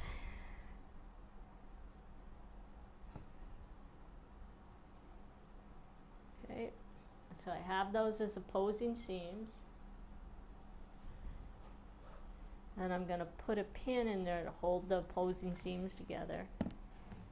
Up here, I have this one and this one are now opposing. Okay. I didn't do a repress and I didn't tell you to in your pattern. So I'm keeping my veins going out, right? So I'm going to end up with stacked seams right on the veins. If you guys have darker fabrics that you're working with and you want those seams to be opposing seams on your vein, you can come in and loosen up the fabric or pick the stitches out right through there, repress those seams to one direction. I would probably repress this one here. I'd pick out between here and here, repress them, and then I would lay those together and I'd have my opposing seams there, all right? So you can actually set your seams up as opposing if you want to on this, but we actually have everything designed with stacked seams on this particular pattern. All right, so down here, this is actually where these come in. You're going to have opposing seams right there. So I want to show you, again, let's go to this little one right here. On this, if I take this seam that comes down and I fold it back, see how I have that long dog ear? So I like to just take that and clean those dog ears off. And that takes the bulk out where I actually am pressing or going to match those two opposing seams. It gets rid of the bulk right through there. So anytime I can fold back a seam and get rid of a dog ear, I like to do that because it really takes a lot of the bulk out of your seam allowances, right? So I'm going to actually put a pin right in that spot.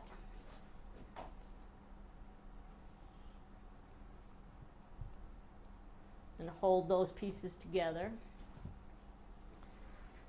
So then when I sew, this is going to come... Pull it down a little bit more. Right down the other this way. way? There you go. Yeah. Okay. When I sew these together, I want to make sure I have 1/4 inch seam. So I can actually lay that on there and see where I'm supposed to hit it. And if I have a pencil, you can actually take that and mark that.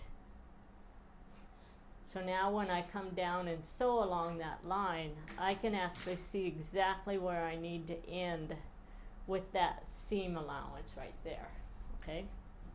So on these pieces right here, these we want opposing seams, or these are stacked seams. There's no way to do opposing seams on there, okay? So we're going to actually take this piece and we're going to put a little bit of glue on it. So let me grab my glue pen. And I'm actually going to glue just a little bit below that, right like that, okay? And then I'm going to go to the next one, get them lined up. And I can fold that back to make sure they're nested properly. And then come in, put a little bit of glue on that, like that. And then I can come into this, I'm going to fold that seam back and make sure they're nested. Then fold it back and put some glue on that piece right there. So I have all three of those exactly where they're supposed to match up. Now we're going to go sew across those with a larger stitch so I can pull them apart. I'm actually going to take this and I'm going to sew towards it, all right? Because if I flip it over and sew this way, it's going to stretch and move my top seam and it's going to come right off. But if I go this way with it, I can actually start up here and I'm just going to go up to a little bit bigger seam so it's easy to take it out. And we're going to start sewing right there. So I have opposing seams on this one, so I'm okay. Look at that, my thread came undone. Probably need to rethread.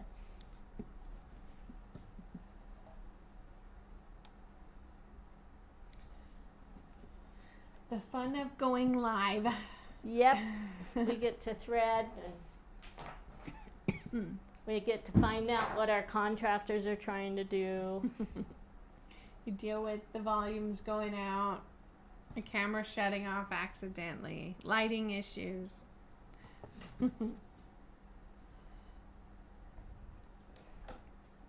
There we go. So we'll do that again.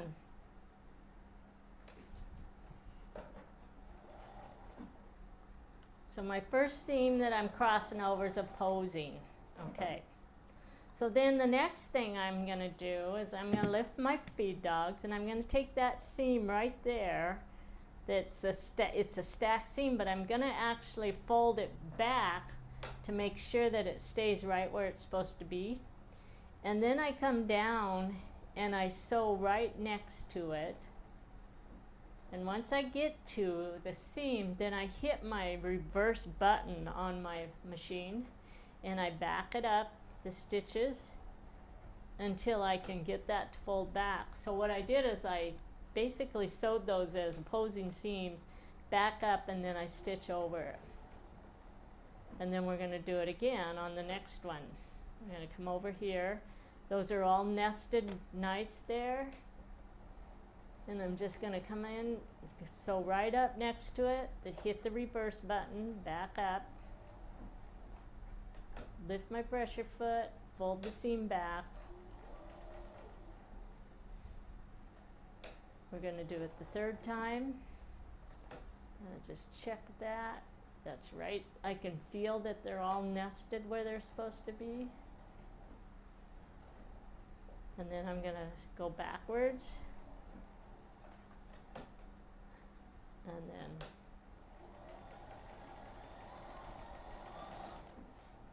then I don't need to sew any further. I just wanted you guys to see how I do that. And when I open this up, I have 1, 2, 3, 4 perfectly matched seams right there. And they're all stacked seams. Pull it more towards you. Huh? Pull it more towards you. There we go. There you go. This one's opposing here, this one's stacked, and this one's stacked right there. So, all right? Nice job, Mom. Yeah, nice job, Mom. Okay, so the next part of our video is going to explain to you how you're going to assemble this, all right? So we're going to go find, oh no, we're not there yet. I want to show you some cutting. So let's put this back on the wall.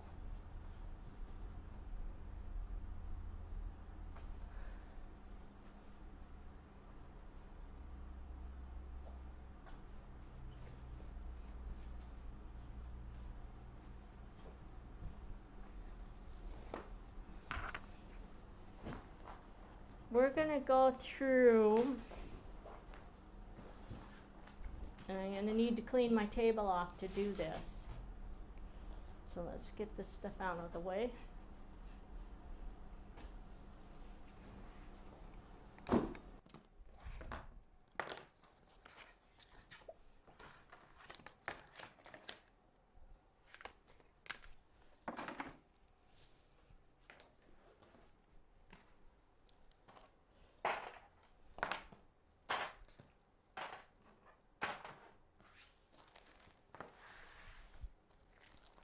Okay, these are my tea templates. These are the big pieces that were our background pieces. So the first thing I want to show you, this piece is sewn or already cut and trimmed. So I'm going to show you, give you a couple little tips about TRP lines. So when you're doing tea templates, you only have one template, and sometimes you have to have 8 layers of fabric underneath there. And it has these TRP lines that we want to sew, okay? So one thing you can do is you can actually just take the paper and cut, and then sew right on the line, and then you can sew right through all 8 layers of your fabric, okay? And after you get sewn, after you sew through all 8 layers on all your TRP lines, you flip it over and you find where your TRP line is, and you grab your pencil that you can mark with and just mark right along the TRP line, okay, like that. And then you can take this, and I can fold this back. Let's do this one right here. So I'm going to mark the TRP line right there, right on that side. I'm on the wrong side. Then I'm going to open up where the TRP line, fold it back, and then I can mark right there on the TR. So that marked the front side and the back side. And then I can pull it back here, and I can just keep marking these lines. And after I get them all marked, then I can come in and I can pull the TRP line or the thread out of there and do the next one. And then when I'm all done, I have a mark on the front and the back side. And I'm using, the pencil I'm using is actually the lead that's supposed to be in my sew line pencil, but I just put it in a regular mechanical pencil there. So it's all erasable. When I'm done, I can erase them all out like that, okay? So that's the way I like to do the TRP lines. So I'm going to actually take you through that whole demo from start to finish. So I have my pieces. Oh, it's wrong camera. Huh? Oh, I just Wrong camera? went to the wrong camera. Okay, so I actually cut these pieces. That was supposed to be 4 16.5-inch strips, right? Here's my template. So there were 2 of these templates like this. And what they have is there's kind of a dashed line around here. And I can actually just take and cut these big, large squares, and I can set the whole template on there. So it has 2 pieces in there, and it's basically just a box frame there. And I can put this in place, and I am actually just going to pin it rather than put glue on it. So I'm going to use my flower pins and pin it. Let's grab some flower pins here. And I want to check my edges. I'm going to put, I'm on down here, I'm on there. We're going to put this one here. And then I'm going to put this one out here like this. So now I have all of my layers, and I can have easily up to 8 layers under there if I need it. I only have 2 layers on this one. Now I'm going to actually get up and take it to my machine, and I'm going to sew all the TRP line before I cut everything, all right? So we're just going to take this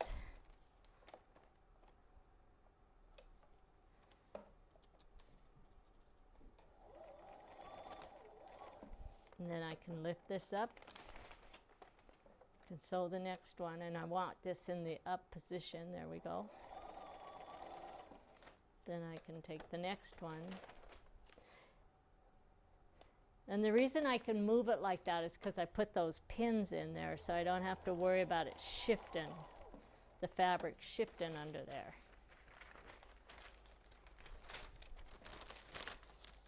I'm going to take this.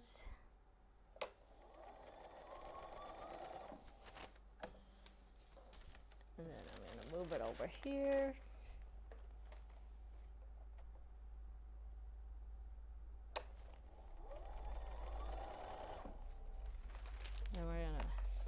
it here.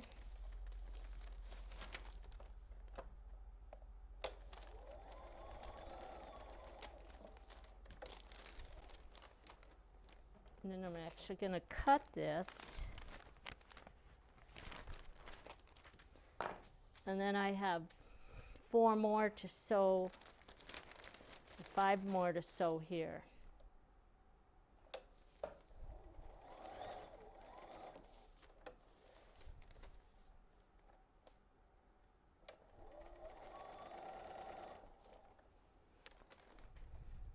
Okay, now I'm going to stop and explain something to you. So this quilt, when I'm done, is going to actually be part of it's a queen size mixer, okay?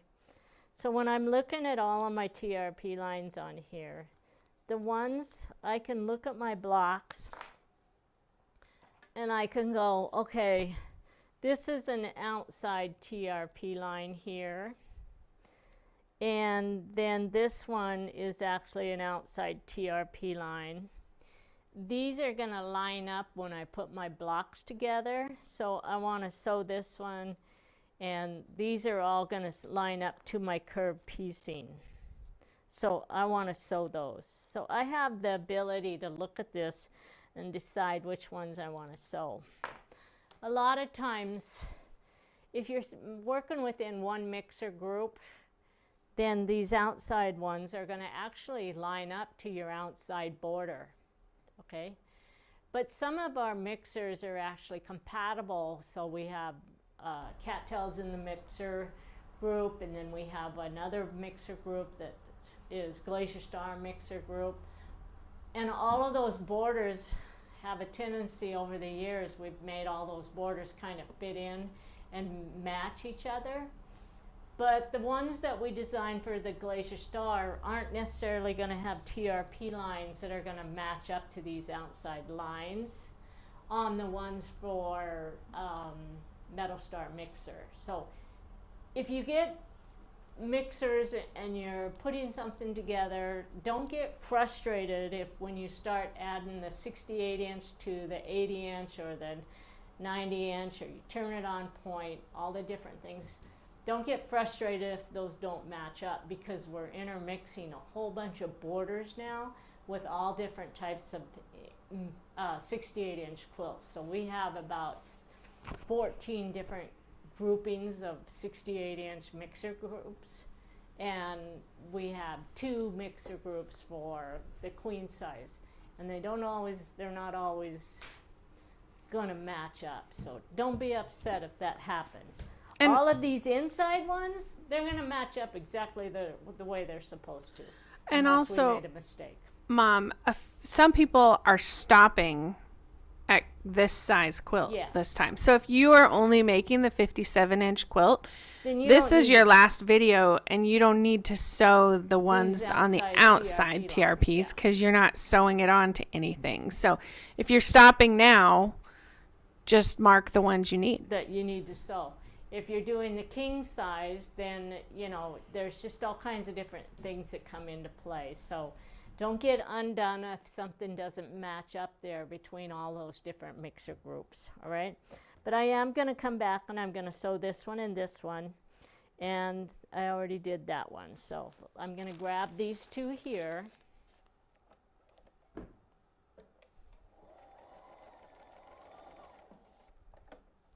And then I'm going to do this last one here.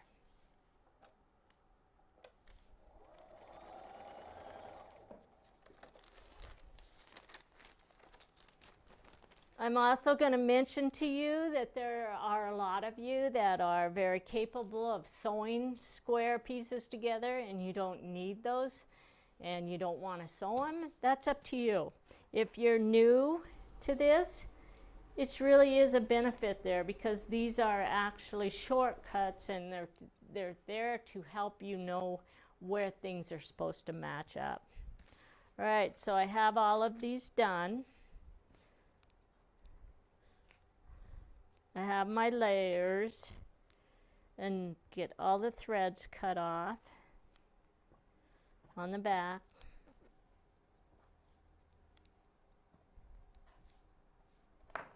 And now I'm going to put my ruler on it, and I'm going to trim everything down to its exact size.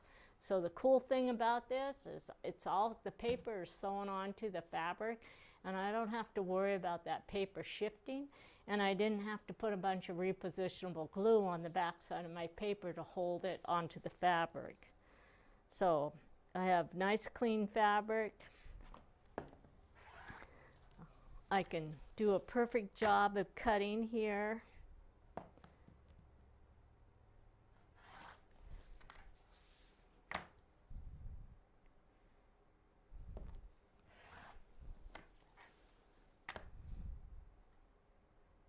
People also, I see this on the support network all the time. They make comments about how they get so frustrated sewing the TRP lines because it just takes so much longer, and then possibly they have to take them out, right? So once you sew them in, if you had one in every single one of those pieces and had to take them out, it takes time. Like Mom said, if you're comfortable sewing it together without them, then you don't have to put them in. But this is just one of those accuracy things. It's not meant to necessarily save you time. Everyone recognizes that it adds time to the sewing process, but sometimes adding time for improving the accuracy of the process is worth it. And the TRP lines definitely have done that for so many people, where once they're all in, they match those final assembly seams up, they sew their quilt together, and everything just falls right into place. So just some things to think about, especially if you're new. Like, why are we sewing those? It's just to make that assembly process easier. This quilt that's on the back is a really good example of that, okay? So most of us can sew square just fine, but getting all of these little pieces to come in and fall where they're supposed to, that's difficult. And if you have your TRP lines, they tell you exactly where those pieces are supposed to match up when you're sewing.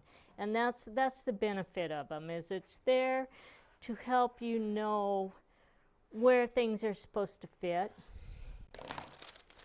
All right, so see, now I have these perfectly sewn pieces, and I'm just going to put them in my container until I'm ready to assemble my quilt. I'm not going to worry about marking them. I'm not going to do anything other than just put them away until I'm ready to assemble that. And then that's when I'll come back and I'll pull the threads out. I'll mark them and pull the threads out and sew them together. If you're using a batik, you really don't have to mark them, because when you pull the threads out, you can see where you did your sewing. But when you're in cotton fabrics, normally you can't see those little holes from after you do. Oh, I'm supposed to look in it there. I'm looking at you over there. She's looking at She's watching the video over here instead of watching the camera in the front. So anyway, it's okay. I don't know what time it is, but I think it's 3:15. Huh? 3:15. So we're basically done. Yeah. So anyway, this is really a neat trick for getting very accurate pieces with your T-templates, because you're only going to get one piece of paper, and sometimes you have to cut us up to 8 of these with that. And it's just a really good trick. So I'm going to say that we didn't tell them about this quilt. Oh yeah, the quilt on the wall behind her is called A King's Courtyard, and it's one of our brand new designs. It's going to publish probably by mid-July.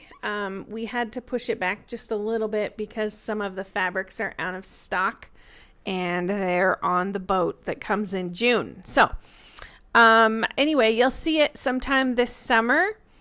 And anyway, I don't know, it's been popular so far. We've sold quite a few pre-order kits on it to our quilt shops, and we will have it listed on the Quiltster Marketplace if anybody's interested. And don't forget, if you're part of the box program, you get 25% off any kit that you want through the Quiltster Marketplace, 1 a quarter, and also on the patterns. So definitely use your coupons. Don't forget to look in your coupon book, because you also get those same sorts of shopping from from a lot of other sellers.